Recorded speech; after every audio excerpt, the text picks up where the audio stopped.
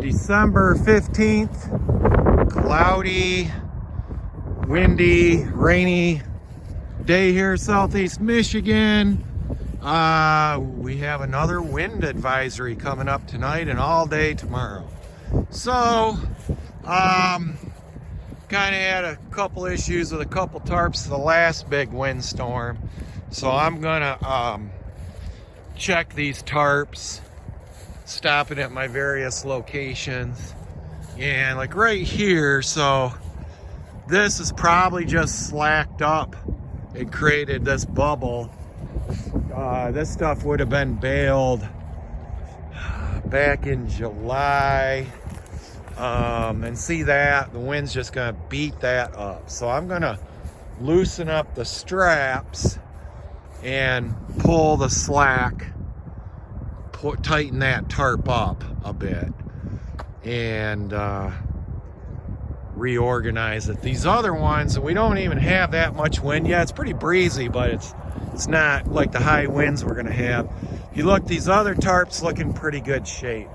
And we have had I just don't remember summer where it was this windy, you know, or fall. And I've had to kind of do a few things I've never done before.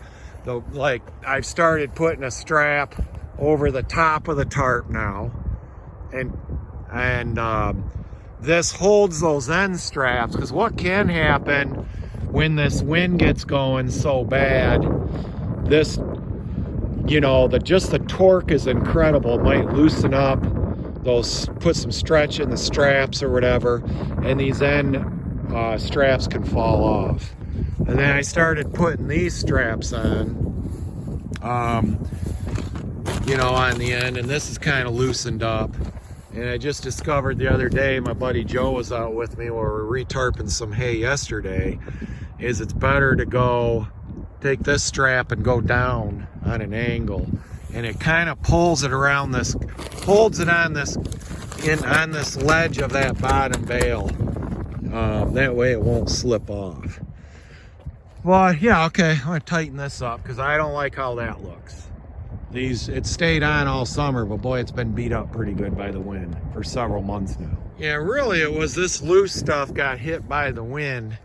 And I think it just had the west wind, had so much torque, and wind might have got under here from the southwest and pulled on the tarp this way.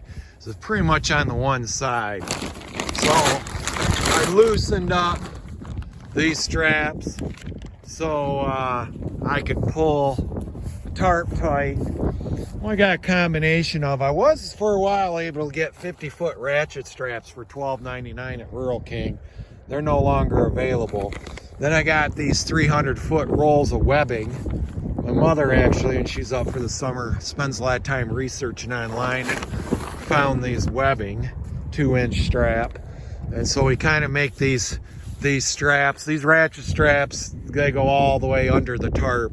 So the weight of the hay is holding the tarp down.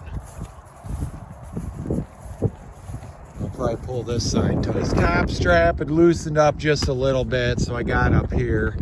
And actually, I have found you really should be on these, like, not in your work boots, because I think, you know, you do indent it and perforate it a little bit with your shoes on, you know, your boots. So I actually took my boots off. They're right there.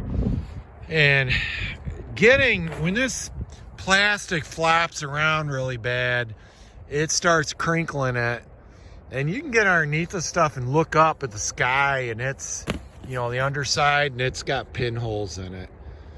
So I'll only use this on top 1 year, then this will be the bottom tarp, or I'll use these second year covers, like double them up. Well, that's a lot better, as you can see, not blowing around. Just gives you peace of mind, because, you know, in the middle of the night when you hear that wind just howling, you're like, man, I hope my tarps are staying on. I've gone for years, never really had to worry about tying the ends, because I like the ends to be open so air gets through here. And I've never usually ever had to do that, but I tell you what, this year, it's pretty damn educational. The hardest part about tarping hay is after you got a stack that you start opening, you know, like right there, that's all sealed. But what if I take 10, 15 bales off that and I got the end all the way open, you know, trying to strap that down. So you can see I did that here. You have to take that bottom tarp, make sure to fold that way back under there so that water doesn't get and roll under there. Because that's what you're trying to, you know, if you got a sheet of water, it's going to get underneath that bottom tarp. It's going to screw everything up. And the subtle difference ground topography makes is pretty drastic. So all those are on domes. This one didn't really get put on, it should have been put like more there on a high spot. It's just slightly low. That end of the stack's a little bit higher, so the hay that was on the bottom came off of here, had a little bit of water damage on the bottom. Not a lot, but it did.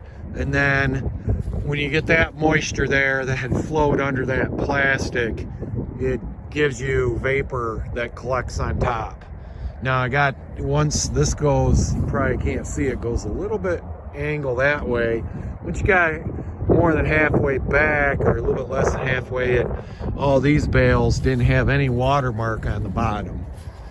And hence the bales on top didn't really have much of a, you know, any tarp burn. So that really makes a difference. These are all kind of on a little bit of a dome. So even if you're in a relatively flat field, try to get them up on, you know, a high spot.